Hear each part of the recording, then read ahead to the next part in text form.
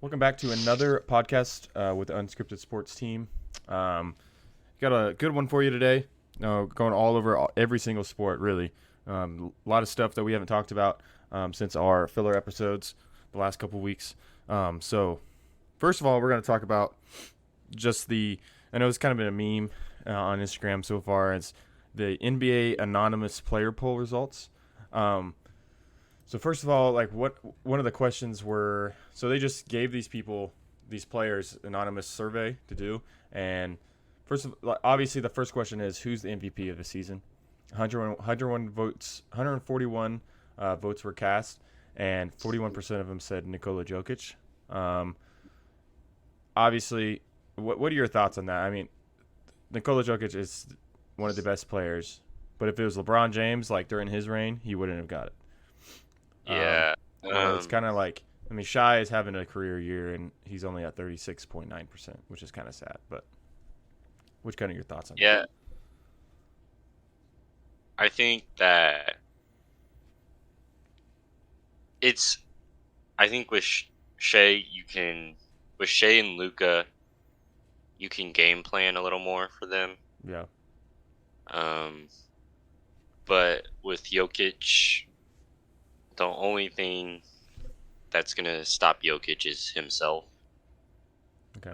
So I think, and I mean, who are we to argue with NBA players about basketball?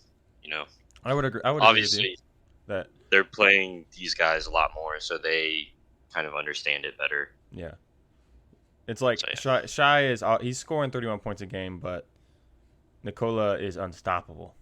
You know, that's the difference. It's like he hasn't been going off in the Lakers series so far, but his team is winning because every time he goes in, you can tell the difference and how he affects the game. And that's how MVP should be. He's just unstoppable on offensive. I mean, those jokes about 23.9 seconds of defense, and he just jacks it over his head and makes it every time. Like, that's real. So I would understand that one. The next one was the best defender, and believe it or not, the rookie Victor Wembanyama was number one at 15.2%. Then Drew Holiday was 12.9%, and then Lou Dort was 9.8% of the vote. I would agree that Victor is very good on defense. Like, that's where, this one's not that controversial. It kind of makes sense. Drew Holiday is a great guard player, guard defender. Yeah. So this one's not that controversial. And Victor Wembanyama is a rookie and leading in the blocks category. So, 3.58 blocks per game. It's pretty damn good for a rookie. Now going to the next one, you're building a roster from scratch. Who are you going to sign first? And then the last two that we talked about, Victor was number one. At 27.9%, and Jokic was 27.2%. What are your thoughts on that one right there? I mean, yeah, obviously, I think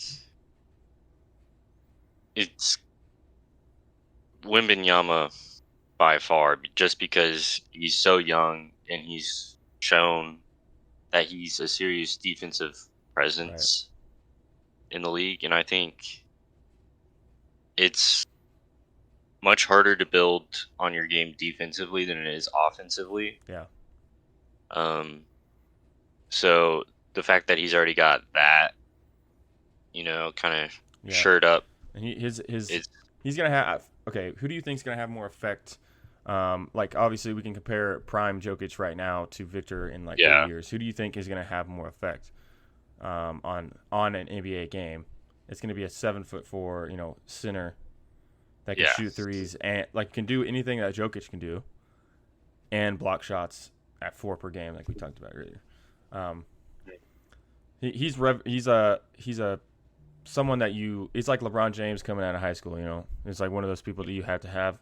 He's going to change the NBA landscape. So, all right. So the next one was this is the one I wanted to talk about. Who's the league's most overrated player? And Rudy Gobert at 13.6% takes the cake. And I would agree. I think he's a great defender. Um, but in terms of how much money he makes compared to the scoring output, like, and how like his team is really good. Yeah. But like I think Anthony Edwards has earned his money more than him that he's Yeah, getting right now. for sure. So that's definitely where it comes from. He's an all-star, but when you talk about how much money he's made to what he's done, like on a accolade standpoint, like yes, he's the defensive player of the year, but I would agree that it's just his impact is not as much as these other players that make less money than him. So what's your thoughts on that? Like the top three is Rudy Gobert, Jordan Poole, and Trae Young. What's Yeah, kind of your thoughts on the most overrated player? I mean, I think it's obviously Rudy Gobert. Right. He doesn't do anything offensively. Right. I don't. But But he kind of just posts I mean, up, and that's it. yeah, set screens. Right. That's all he's good for. I do think he has been playing a lot better this playoff series, though. I will say that. But then Jordan Poole and Trae Young, I understand the Jordan Poole because he got traded to an awful team, Yeah. and everybody was thinking he's going to have this immediate scoring impact. And then with Trae Young, I would kind of disagree with that one just because he is so good offensively, and he does make the Hawks a lot better. He just doesn't play defense. Right. And I think that was like it's been obvious that he doesn't play defense since before he was drafted. You know what I mean? Yeah. So Yeah, I don't understand the Trae Young one. I mean, his impact, like if the Hawks didn't have him, they would not be relevant. They would not be like winning any games. So, that's the one that's kind of weird for me. Jordan Poole, obviously, he got benched, so like that one's the same as Gobert. Like he was literally scoring 30 points or whatever what it was, 20 points a game, 22, and then gets benched because he can't score. So like those two would make sense. Trae Young is kind of weird, and Dylan Brooks, like, is the number 4, and I think he is more overrated than Trae Young. Like his impact is not the same, as Trae Young. Trae Young at least scores 30 points a game or 25 at least. So, Dylan Brooks makes more sense to me at number 3. But yeah, all right. Oh, and then the last one. Sorry, the last one is who's the league's most underrated player, and your guy, Derek White, actually tied with Jalen Williams of the Thunder with this. But Derek White takes the cake, 10.3% of the 126 votes. And then Drew Holiday, obviously at number 3, and he's defensive player, top 3 as well. So, what do you think on that? I know your opinion on Derek White, and what's he averaging? Like 20 something, or 19 something? I'm not sure. I don't think he's been having to score a whole lot. Right. I mean, he has three. So he's averaging 15. Okay. Which is still really good, especially on that team. Yeah. But he's a glue guy. He does, everything you want a basketball player to do. Right. He's super smart. Like doesn't really ever make bad plays.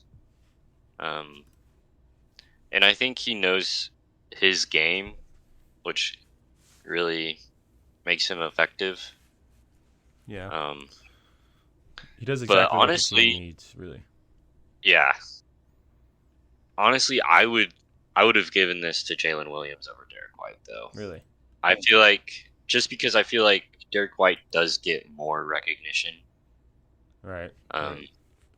Like when I was watching the playoff game with the Thunder, when Jalen Williams got the ball, you could tell the difference in the pace and Yeah. the scoring output. Like he got to the rim, he got guys open shots, he got Chet open shots, open threes and stuff, and he's not really talked about like obviously Derek White plays on the Celtics, and they're like, oh, these top 4 people on the Celtics are really good, like, so I understand where you come from. I do think Jalen Williams is a great player, and he's just not talked about enough. So I can see where the NBA players came from. All right. The next one we're going to talk about is just our NBA postseason discussion as it is so far. So, what's your kind of like general thought process of, a lot of 3-0s, a lot of potential sweeps? What's kind of your general idea on the NBA postseason so far? Yeah, it's so far. I mean, the first round hasn't been like too much to talk about. Right. It's been I don't feel honestly like kind there's of boring. Yeah. Like the games have been good. We could talk about the Lakers game and the Nuggets game when Jamal Murray made that. Yeah. I watched that game and I was like, I'm just gonna go to sleep because they're up by 20, and then they came back just like the Nuggets would do. So that there are a lot of 3-0s. The Suns are kind of one of the worst fall offs in NBA in the recent memory. They got 3 All-Stars and they're losing 3-0 to the Timberwolves. And then let's talk about the Luka domination. I mean, he's been going crazy in the postseason. They're only winning 2-1. And the Clippers, I know we talked about this in the last couple NBA talks that we had. The Clippers are my team to win. We're my team to win. I mean, they're a great team. But they had to play the hot Luka Doncic, and they're kind of losing. If Kawhi can actually make a shot and stop taking bad shots, and maybe Luka has also been playing great defense. I think it was like the last game they played, it was 5 points scored on him, and when he was the primary defender. And I think when he's guarding Clippers players, they're shooting like 29%. Yeah, so. Like, and that's what we talked about. For him to be the MVP, he has to play defense. That's scary for the Clippers. The Mavericks playing defense, and then they go play, which they'll probably play the Thunder, because I don't think the Pelicans without Zion Williamson win a game. I think the Mavericks can win that series too. Like if Luka keeps playing defense. If not, I think Shai has 35, and Chet plays well. Because the bigs on the Mavericks are, can maybe hold Chet to under 15, maybe. But that's where.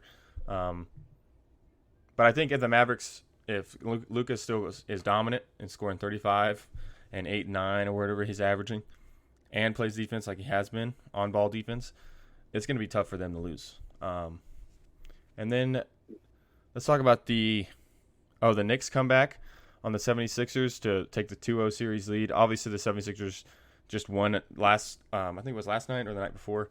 Joel Embiid dropped 50. But the Knicks came back to take a 2-0 series lead. That was a great game.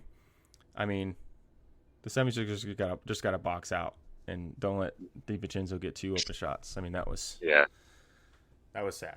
But and then let's talk about what are your thoughts on this Heat series? I mean, no Jimmy Butler, and they win the next game, the second game. What's kind of your thoughts on that? Yeah,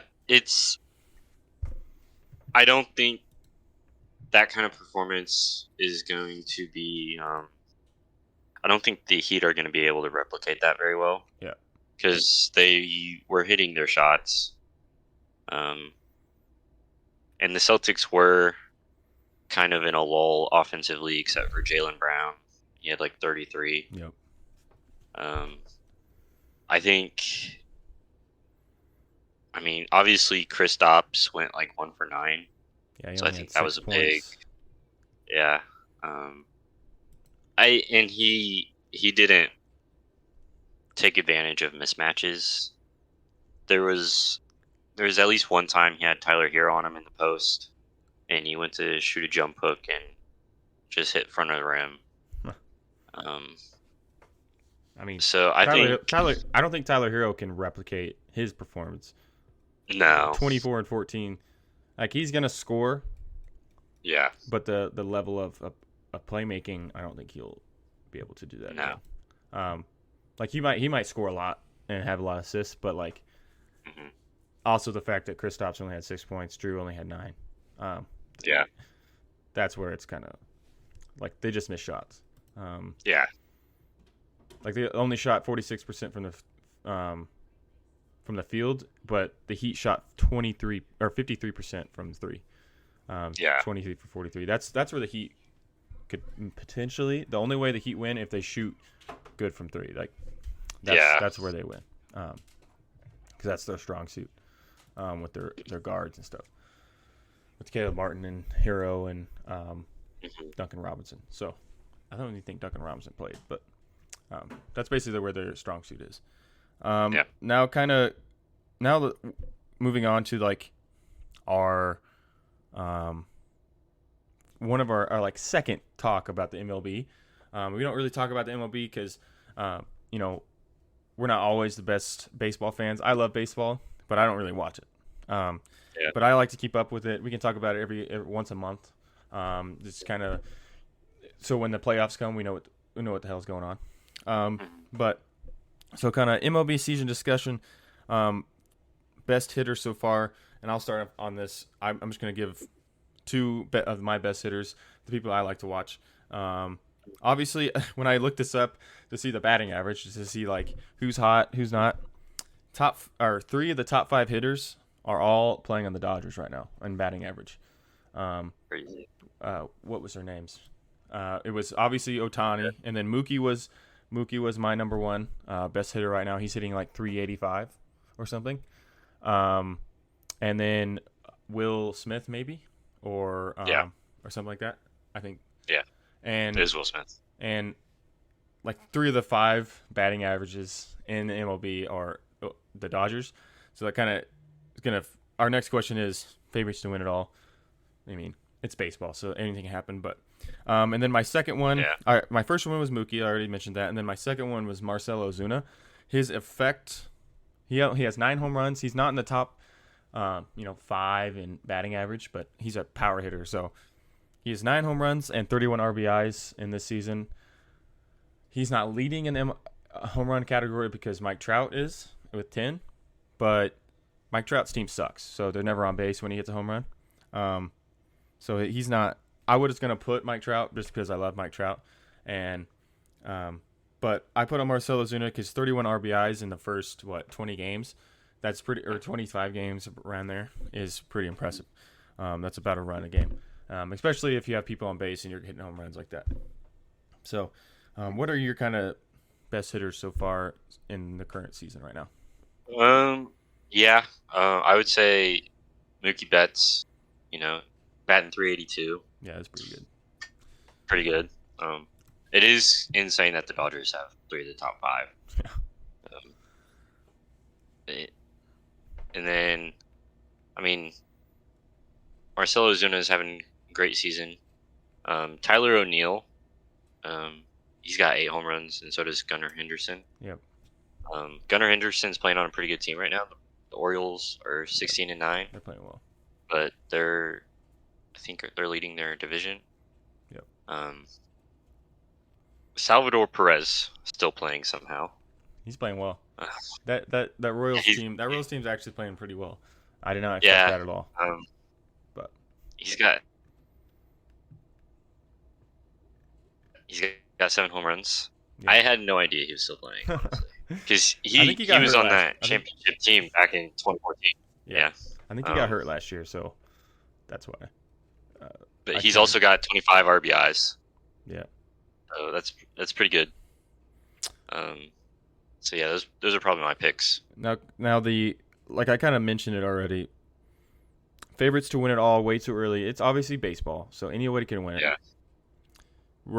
You're probably gonna pick the Dodgers because I literally put on my notes. Right. Obviously, Dodgers is the pick to win it all. Like that, when you look at the sports book, they're going to be higher just because they're the Dodgers and they have Shohei, Mookie Betts, Will Smith, Max Muncy, you know, Clayton Kershaw, all those players. But my true pick, I'm actually going to go with the Braves. Yeah. Or the Yankees. You know, in baseball, the best team on paper usually doesn't win. It's always the team that gets hot. Like the Diamondbacks were in the World Series last year.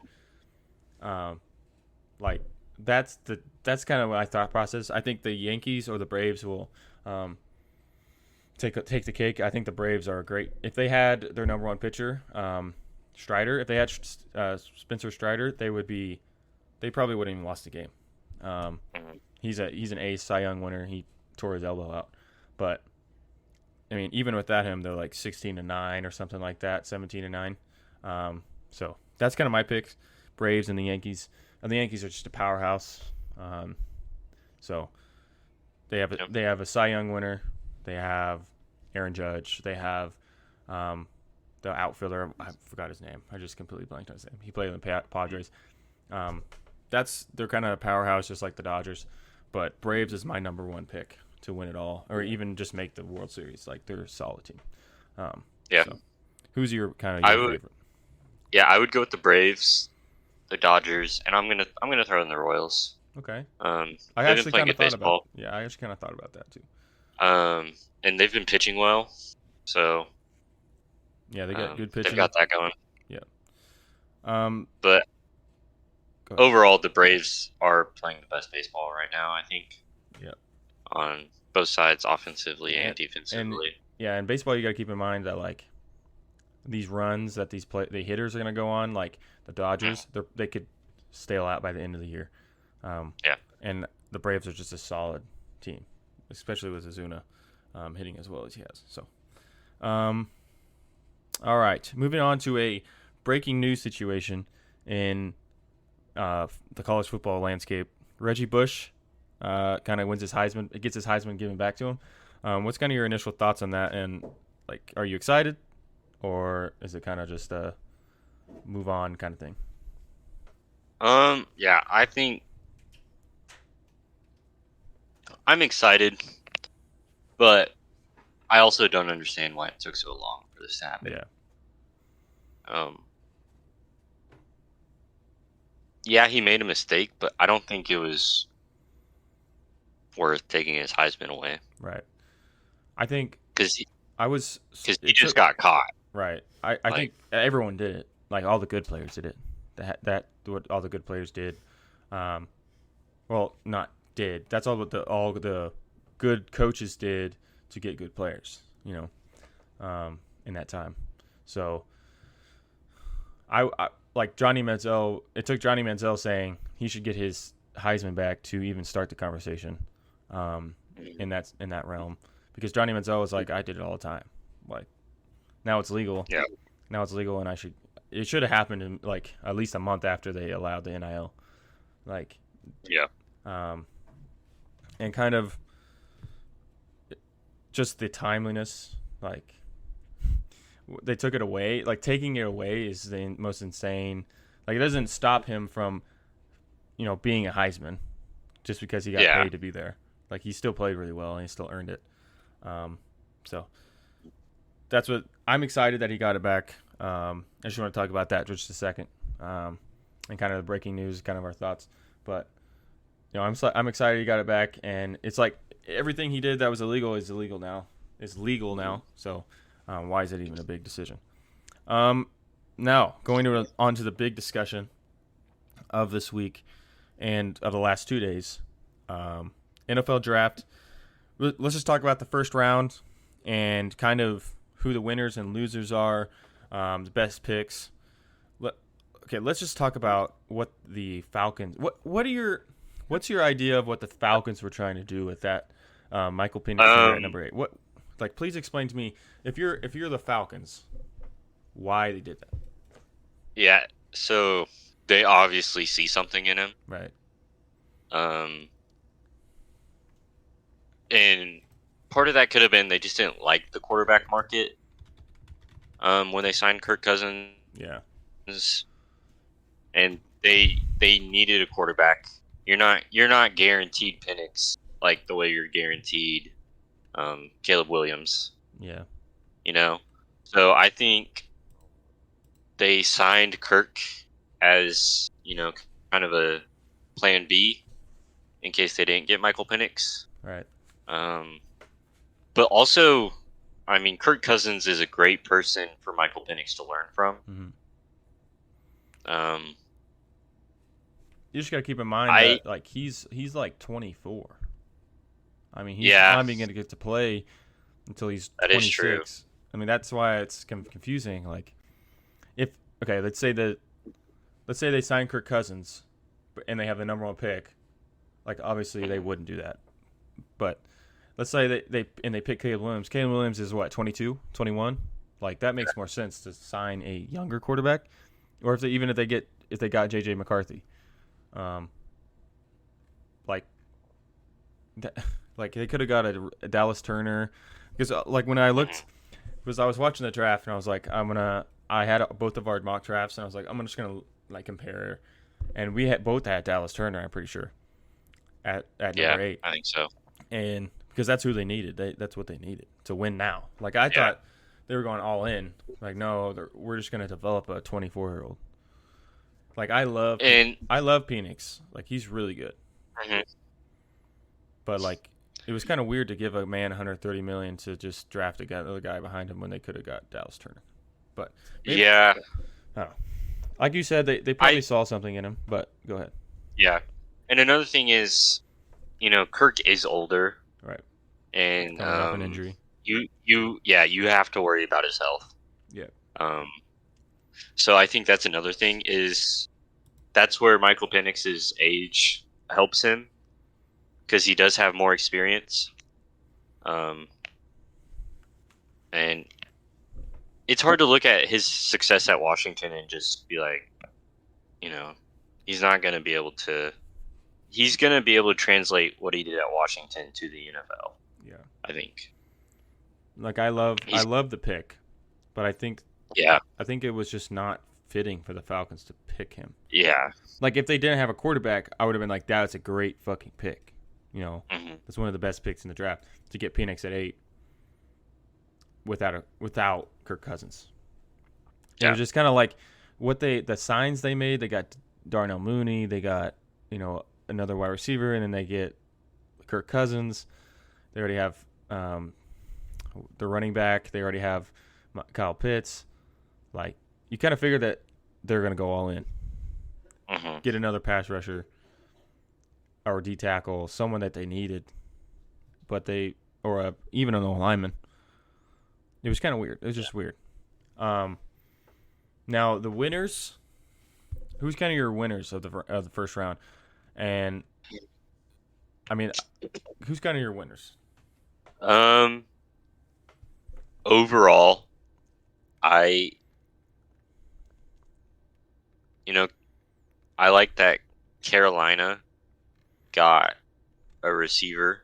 Yeah. Because that was their big issue last year. I think the Colts did a good job getting Latu. Yeah, he's gonna be really good. He's gonna be really good. I think the Jets made a smart move. Yeah, they needed that. They needed to fill that hole. I mean, getting a tackle. Yeah, they needed to fill that hole. Yeah. And I think Aaron Rodgers. Yes, he got hurt, and that's a terrible thing. But them getting a top 15 pick in this year's draft, especially the offensive tackle loaded and the quarterback. I mean, they're not going to draft quarterback, but their offensive tackle loaded draft and the quarterback draft, because it pushes more offensive tackles into the top later 15. I think it was kind of a blessing in disguise, so they could get a guy that hasn't gave up a sack his senior year. He's going to be good. So, yes, it's a terrible thing that he got hurt, but blessing in disguise for them. What's kind of your thoughts on the Byron Murphy? I know he's freaking fast, and he's going to be so good up front. What's kind of your thoughts? Yeah, I like it. I believe the Seahawks lost one of their starting D tackles in free agency. Yeah. And dude just looks ready to play. I know he's all in on the organization. He posted that he's been a Seahawks fan since he was a kid, so that's great to hear. I like the pick. I wish it had been Brock Bowers, but Yeah, that's just kind of how the draft went. I mean, yeah, the Raiders that's a great pick for the Raiders. I mean, the Raiders also have Michael Myers, but he's not. He wasn't like who he needed to be. No. So I like this pick, even if they don't necessarily have their number one quarterback. They have Gardner Minshew, and they also have Luke Getsy as the offensive coordinator. So Brock Bowers may get a lot of touches because he only throws to tight ends. So, well, in screen passes and stuff. But, and I think the number one winner, and this is an unbiased. I think this is a universal number one winner, and you can laugh, but I actually think the Bears that was a great draft. I thought they were going to do some stupid stuff just because it's the Bears, but I do think they won. I mean, they got their wide receiver of the future, and they obviously got Caleb Williams at number one. But the fact that Rome Odunze fell to number 9, not really fell. That's kind of projected who we projected they were going to get. But the fact that they actually picked him, I'm like, oh my gosh, we actually have a good front office. That it's not stupid. So I do think that they're winners. And then also my other winner of the draft is the Chiefs moving up to 28 and getting Xavier Worthy. I got to give the Chiefs, the credit that they deserve. I think it's a great pick. He's going to be another Tyreek Hill. Yeah. He's going to be another, hopefully not another, whatever his name is, that sucked, dropped the ball every time he got thrown. Tony. Yes. Hopefully he's not another one of him. That he kind of reminds me of like his build and stuff, but he moves like Tyreek Hill. He's going to be another vertical threat since they lost Valdez-Scantling. So yeah, my only concern with that is now all the Chiefs wide receivers are the exact same like prototype or archetype. Like they're all smaller, fast receivers. Like they don't have a true like 6'4", jump ball guy. So, right. Like I think that's just how they build their offense. Yeah, that's true. So, like the Patriots got Randy Moss, traded for Randy Moss, and that's how they changed their offense. That was kind of like it's Randy Moss. He's 6'4", and then they go to just like the Chiefs are doing, and they have a bunch of white, short, fast running or slot receivers. So I like that pick. That's one of my favorite picks. And the Ravens got another corner, which is a great pick because that's where their defense is one of the best defenses in the NFL, and that's one spot they needed to fill. And then Jacksonville gets another wide receiver.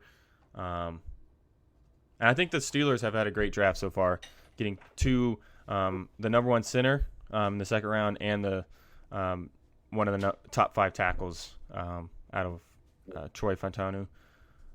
They're having a great draft. I got to admit it. Kelly's going to love that.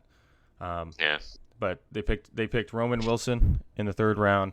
They got 2 top 5 for the position O-linemen. So I'm excited for them. Maybe Justin Fields can have some weapons and actually be who he's supposed to be. So that's about it. That's about all we had today. Follow us on Instagram. Follow us on X, and we hope you guys have a good day. So see ya.